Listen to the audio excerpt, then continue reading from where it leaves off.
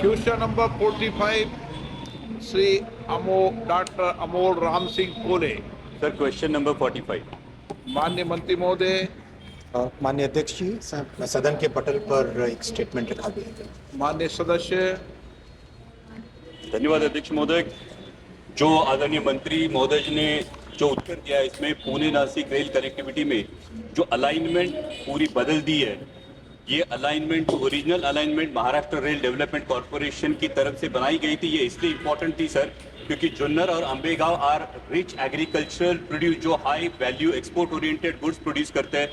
इस original alignment Sinnar और चाकण जैसी एमआईडीसी, अकेली चाकण एमआईडीसी ले तो सर उसका रेवेन्यू 1.5 लाख करोड़ से ज्यादा है।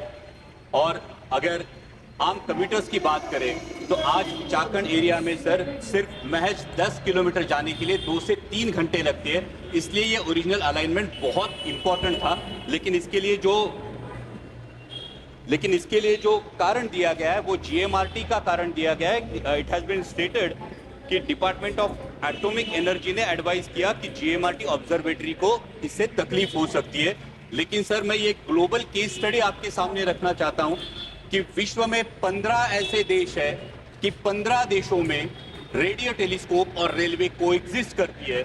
और अगर ये देश देखें तो जर्मनी है, ऑस्ट्रेलिया है, जापान है, स्पेन है, फ्रांस है, पोलैंड है, फिनलैंड है, कनाडा है, न्यूजीलैंड है। तो मैं मंत्री जी से ये पूछना चाहूंगा कि अगर 15 देशों में ये बात होती है तो हमारे देश के यशस्वी प्रधानमंत्री आदरणीय नरेंद्र जी की, मोदी जी के नेतृत्व में ये बात भारत क्यों नहीं कर सकता? और साथ ही में क्या इसमें national centre for radio astrophysics, department of atomic energy and ministry of railways की एक डेडिकेटेड ट्राईपार्टी टेक्निकल कमिटी ने क्या इसको इवैल्यूएट किया है? अगर इवैल्यूएट किया है तो क्या इसकी रिपोर्ट, कमिटी की रिपोर्ट आदरणीय मंत्री जी सदन के समक्ष रखना चाहेंगे? माननीय अध्यक्ष जी, माननीय सांसद जी ने जो विषय उठाया है पुणे नासिक के अलाइनमेंट के विषय, पुणे नासिक के अलाइनमेंट जो एक प्रपोजल पहले आया था वो प्रपोजल नारायणगांव से होते हुए जाता था। इस प्रपोजल में, इस अलाइनमेंट में एक जीएमआरटी है। जीएमआरटी एक बहुत बड़ी, एक इंटरनेशनली यूज्ड ऑब्जर्वेटरी है जिसमें 31 कंट्रीज का योगदान है और 31 countries are using that observatory.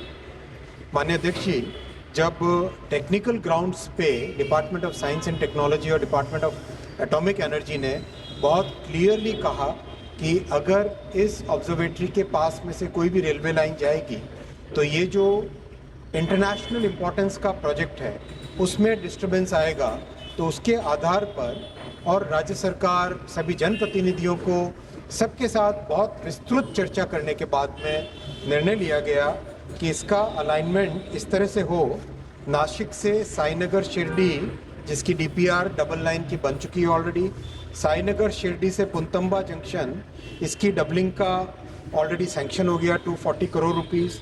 पुनतंबा junction से निम्बलाक तक 80 किलोमीटर्स डबलिंग कंप्लीट हो गई है। निम्बलाक से अहिल्यानगर 6 किलोमीटर डबलिंग का काम चल रहा ऑलरेडी। अहिल्यानगर से पुणे 133 किलोमीटर, जिसमें चाकन का भी कवरेज आता है, चाकन इंडस्ट्रियल एस्टेट का भी कवरेज आता है। इसके लिए न्यू डबल लाइन का डीपीआर प्रिपेयर हो गया 8,970 करोड़ रुपीस से। माननीय अध्यक्ष जी, ये जो ऑल्टरनेटिव अलाइनमेंट है इसमें और जो पुराना अलाइनमेंट प्रपोज किया गया था, टाइम का डिफरेंस दोनों में बहुत कम आता है। और साथ ही साथ साईनगर शिरडी, जो कि हम सबके सांस्कृतिक पॉइंट ऑफ व्यू से बहुत ही महत्वपूर्ण तीर्थ स्थल है, वो भी नासिक से जुड़ जाता है। तो नए अलाइनमेंट में बहुत अच्छे बेनिफिट है। माननीय सांसद जी के और भी अगर कोई सुझाव होंगे और जिस रिपोर्ट के बारे में वो बता रहे हैं वो शेयर करेंगे, मैं ज़रूर उसका भी अध्ययन करूँगा। माननीय सदस्य सप्लीमेंट्री।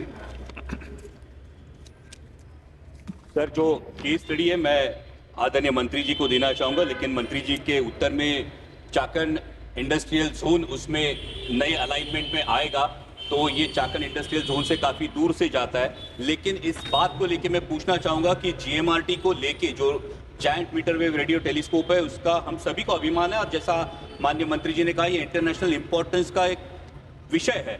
लेकिन जीएमआरटी की वजह से जुन्नर और अंबेगांव इन 2 तहसील में सर कोई इंडस्ट्री डेवलप नहीं होती। अब रेलवे का अलाइनमेंट भी अगर उससे दूर जाएगा तो मैं सरकार से पूछना चाहूंगा कि जुन्नर और अंबेगांव के लोग भी इसी देश के वासी है, उनके मथे ये एक इंटरनेशनल प्रोजेक्ट आया है, लेकिन इस प्रोजेक्ट की वजह से उनका जो डेवलपमेंटल डेफिसिट होगा, इस डेवलपमेंटल डेफिसिट को भरने की सरकार किस प्रकार से कोशिश करेगी। और साथ ही में जो एक सुझाव मैं देना चाहूंगा सर कि तलेगांव उर्ली कांचन जो आप मुंबई टू मिरज ट्रैक का, मुंबई मिरज ट्रैक का 3rd और 4th लाइन एक्सटेंशन का जो प्रपोजल है, ये जो प्रोजेक्ट है, इस प्रोजेक्ट को खेड़ तहसील के स्थानिकों का बहुत विरोध है, क्योंकि कई घर उजड़ रहे हैं, कई खेत उजड़ रहे हैं, और इसलिए 12 गांवों का इस अलाइनमेंट जो प्रपोज अलाइनमेंट है आपके डिपार्टमेंट से, उसे पूरा विरोध है। तो मैं मंत्री जी से गुजारिश करना चाहूंगा कि क्या ये अलाइनमेंट रीथिंक की जा सकती है, जो थोड़ी सी नॉर्दर्न साइड से, अगर 15-20 किलोमीटर ये नॉर्दर्न साइड से जाए, जहां कम से कम किसानों की लैंड एक्विजिशन हो, कम से कम घर उजड़े, और साथ ही में ये जुन्नर अंबेगांव का जो डेवलपमेंटल डेफिसिट है, ये भी दोनों का एक संयोग हो सके।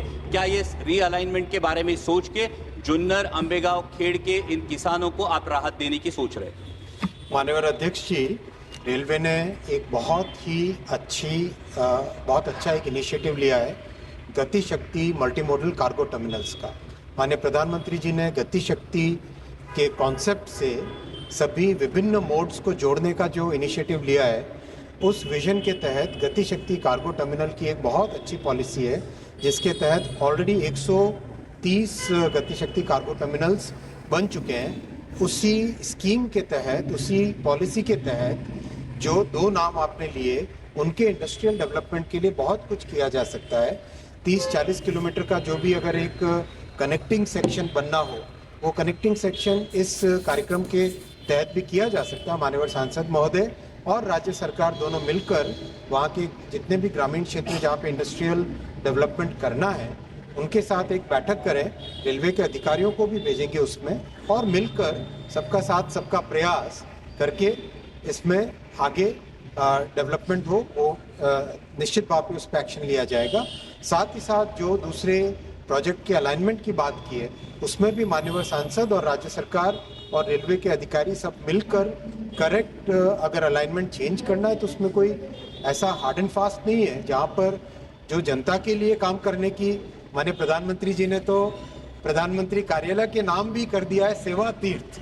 तो सेवा तीर्थ उस भावना को दर्शाता है कि जनता की सेवा के लिए मोदी जी की सरकार समर्पित है, तो उसी भावना के साथ काम। लोक भवन